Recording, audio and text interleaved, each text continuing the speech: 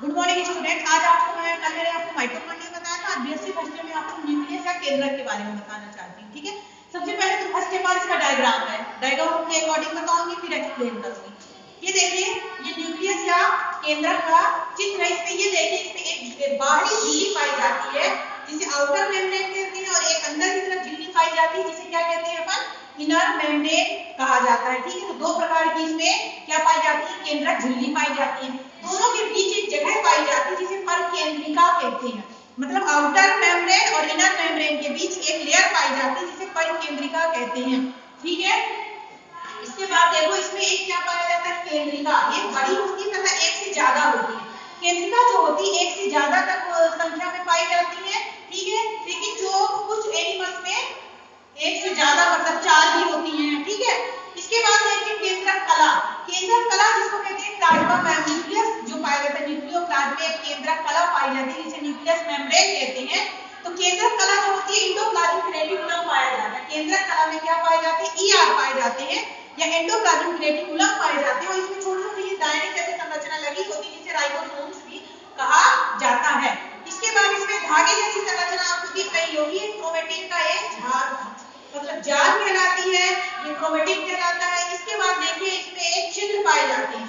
केंद्रक कला जो होती है, इस केंद्रक में एक छिद्र पाए जाते हैं। ये छिद्र जो होते हैं पदार्थ का आदान प्रदान करते हैं। ठीक है, केंद्रक के बीच जो ये छिद्र पाए जाते हैं, क्या करेंगे, पदार्थ का आदान प्रदान करते हैं। ठीक है, इसमें द्रव्यमान पदार्थ भरा रहता है जिसे केंद्रक द्रव कहते हैं। इसमें क्या क्या चीज हो गई, देखिए सबसे पहले इसकी बाह्य झिल्ली होगी। जब आप डायग्राम बनाते हैं, सबसे पहले बाह्य झिल्ली, फिर आंतरिक झिल्ली, फिर इनके बीच में परिकेंद्रिका पाई जाती है, एक बड़ा सा केंद्रिका पाई जाएगी। इसके बाद इसमें बाहर की तरफ जो भाग, इसको केंद्रक कला कहते हैं। इसमें धागे जैसी रचना जिसे क्रोमेटिन जाल कहा जाता है। इनमें ये दाने की जैसी जो रचनाएं लगी हुई होती है इसे राइबोसोम्स भी कहा जाता है। इसके अंदर एक द्रव भरा रहता है जिसे केंद्रक द्रव कहते हैं। ठीक है, इसमें छिद्र जो पाए जाते हैं ये केंद्रक छिद्र कहलाते हैं जो पदार्थों का आदान प्रदान करते हैं। अब देखिए, मैं आपको इसकी केंद्रिका के बारे में बताऊं। सबसे पहले रॉबर्ट ब्राउन ने किसकी खोज की थी, केंद्रिका की।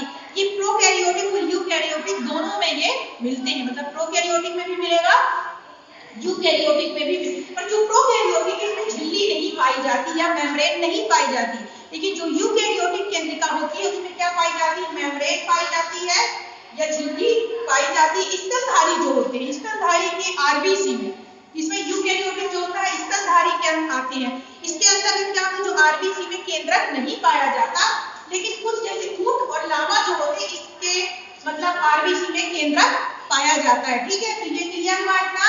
जो प्रोकैरियोटिक होते हैं इसमें झिल्ली नहीं पाई जाती, यूकैरियोटिक मेम्ब्रेन में झिल्ली पाई जाती है, तथा ये स्तनधारी के अंदर आरबीसी आती है जिसमें केंद्रक नहीं होते, लेकिन जो ऊंट और लामा होता है उसमें ये पाया जाता है, केंद्रिका मतलब पाई जाएगी। इसके बाद देखिए इसका आकार, इसका आकार होता है 5 माइक्रोन से लेकर 30 माइक्रोन तक का होता है। इसकी जो आकृति होती है, तो इनकी आकृतियां ऐसा है कि देखिए गोल भी होती है, ओवल शेप भी होती है और लंबवत भी होती है। तो मतलब केंद्रिका का जो आकार, केंद्रक जो होता है या न्यूक्लियस जो होता है, गोल भी होता है, अंडाकार भी होता है और लंबवत भी होता है। इसके बाद देखिए इसका जो WBC, हाँ एक चीज और बताना चाहूंगी कि जो WBC जो होती है उसके अंदर जो केंद्रक जो होता है उसकी आकृति कोई निश्चित नहीं होती है। इसके बाद इनकी संख्या देखिए, तो एक सेल के अंदर एक केंद्रक ही पाया जाता है, एक सेल के अंदर एक केंद्रक ही पाया जाता है।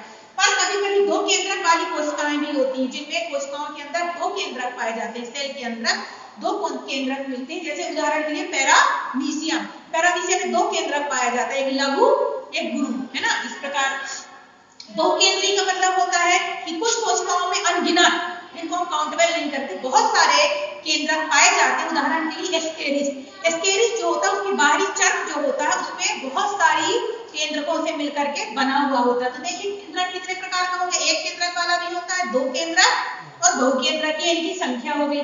संख्या के बाद देखिए इसका रासायनिक संगठन या केमिकल कंपोजिशन जो होती है, तो केमिकल कंपोजिशन में ये प्रोटीन, फास्फोलिपिड, ठीक है, फिर हिस्टोनिन और नॉन हिस्टोनिन, डीएनए और आरएनए से मिलकर के बने हुए होते हैं।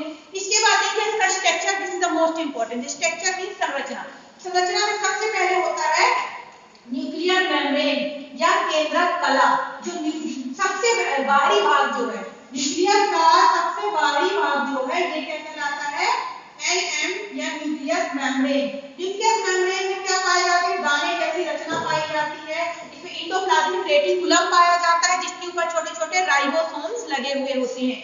जो बाहरी झिल्ली है इसके ऊपर क्या लगे हुए होते हैं, ये राइबोसोम्स लगे हुए होते हैं। जो बाहर झिल्ली होती है ये 75 एंगस्ट्रॉम होती है, जो अंदर वाली होती है ये भी 75 एंगस्ट्रॉम की होती है। ओके, देन इसके बाद देखिए न्यूक्लियोप्लाज्म या केंद्रक द्रव, जो अभी मैंने बताया, इसके अंदर द्रव जैसी रचना भरी होती है। ये क्या होता है, हमेशा कोलाइड होता है। केंद्रक के अंदर जो न्यूक्लियोप्लाज्म या केंद्रक द्रव होता है वो कैसा, गाढ़ा, कोलाइड वह विलयन कहलाता है जो गाढ़ा चिपचिपा टाइप का होता है। ठीक है, तो कैसा होता है, वो कोलाइड के रूप में पाया जाता है।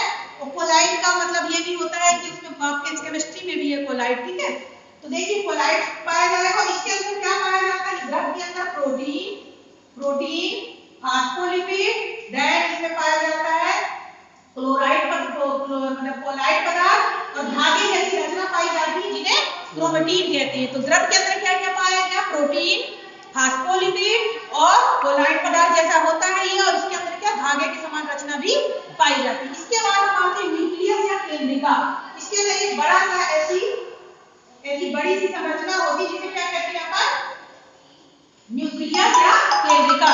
केंद्रिका जो होती है वो देखिए इसके मतलब इसमें सीधे द्रव के संपर्क में होती है, मतलब किसी प्रकार की इसमें झिल्ली नहीं पाई जाती। केंद्रिका द्रव के अंदर सीधे संपर्क में होती है और केंद्रिका के अंदर डीएनए, आरएनए पाए जाते हैं और ये प्रोटीन का क्या करता है, संश्लेषण करता है। और इसमें क्या पाए जाएंगे, देखिए एक केंद्रक में एक केंद्रिका होती है। मैंने आपको बताया था कि एक केंद्रक, इसके अंदर एक केंद्रिका है, पर कुछ जैसे कि प्याज में कितनी केंद्रिका पाई जाएंगी, 4। उभयचर जो होते हैं, उभयचर के जो जनन कोशिकाएं होती है, जनन सेल जो होती है, उसमें भी 4 केंद्रक पाए जाते हैं। ये आप दिमाग में बैठा लीजिए कि जैसे केंद्रक के अंदर एक केंद्रिका पाई जाएगी, मतलब ये एक बड़ा सा जो भाग दिख रहा है ये क्या है, केंद्रिका, तो एक केंद्रिका पाई जाती है। लेकिन जो प्याज की कोशिकाएं जो होती है और उभयचर की जनन कोशिकाएं होती है उसमें कितनी पाई जाती है, 4 पाई जाती है। इसके बाद देखिए क्रोमेटिन धागे। क्रोमेटिन मतलब क्या होता है, ये थ्रेड मतलब क्रोमेटिन के धागे। तो क्रोमेटिन के धागे जो होते हैं ये क्षारीय अभिरंजन होते हैं, मतलब ये क्षार के द्वारा इनको रंगा जा सकता है। फिर इसके बाद देखिए कोशिका विभाजन करते हैं। क्या करते हैं, ये कोशिका विभाजन में भाग लेते हैं तथा ये क्रोमेटिन धागे श्रिंक हो जाते हैं या सिकुड़ जाते हैं। सिकुड़ कर छोटे छोटे मोटे, देखिए ऐसे जैसे ये धागे क्रोमेटिन धागे हैं, अब ये क्या हो जाएगा, श्रिंक हो जाएंगे और ऐसी संरचना बना लेंगे। क्या, सिकुड़ करके ये क्रोमेटिन जो होते हैं, क्रोमेटिन जो होते हैं, अब ये क्या हो गए, सिकुड़ गए। सिकुड़ने के बाद या श्रिंक हो गए तो कैसे दो मोटे, मतलब मोटे क्या बना लेते हैं, ये छोटे और मोटे हो जाते हैं और किस रूप में बदल जाते हैं, गुणसूत्र या क्रोमोसोम में। तो जो ये धागे पाए जाते हैं, केंद्रक के अंदर धागा पाया जाता है जिसे क्रोमेटिन थ्रेड कहते हैं, वो सिकुड़ कर किस रूप में बदल जाएगा, मोटे रूप में, और छोटा हो जाएगा, जो किसका काम करेगा, गुणसूत्र या क्रोमोसोम का काम करेगा और ये डीएनए में पाए जाएंगे। केंद्रक के कार्य जो होते हैं, कोशिका के अंदर होने वाली जितनी भी जैविक क्रियाएं होती है, सेल के अंदर जितनी भी जैविक क्रियाएं होती हैं तो किसके द्वारा होती है, केंद्रक के द्वारा होती है। आनुवंशिक लक्षणों को एक पीढ़ी से दूसरी पीढ़ी में पहुंचाते हैं। कोशिका विभाजन में केंद्रक का बहुत अहम रोल रहता है। एक बार मैं और बता दूं कि ये क्या है, केंद्रक है। केंद्रक में ये आप ध्यान रखें, क्या डायग्राम बनाते हैं उसका उसके बाहर वाली जो स्ट्रक्चर है इसमें ये दाने की समान संरचना जरूर बनाए, क्योंकि ये ईआर एंडोप्लाज्मिक रेटिकुलम कहलाता है जिसको राइबोसोम कहते हैं। और ये भी ध्यान रखें, कभी-कभी एग्जामिनर पूछते हैं कि आउटर मेम्ब्रेन और इनर मेम्ब्रेन के बीच क्या पाया जाता है, तो परिकेंद्रिका पाई जाती है। ठीक है, और ये भी याद रखें कि इसमें एक बड़ा सा जो गोला दिख रहा है तो ये क्या है, केंद्रिका है। केंद्रक के अंदर क्या पाई जाती है, एक बड़ी सी केंद्रिका, और ये केंद्रिका क्या होती है, जो द्रव भरा रहता है उसके सीधे संपर्क में होती है। ठीक है, ये क्लियर हुआ। इसमें ये पोर पाए जाते हैं, छिद्र पाए जाते हैं, जो हमने बताया कि केंद्रक छिद्र पदार्थ पाए जाते हैं जो पदार्थ का आदान प्रदान करते हैं, प्रोटीन और फास्फोलिपिड के बने हुए होते हैं। Thank you.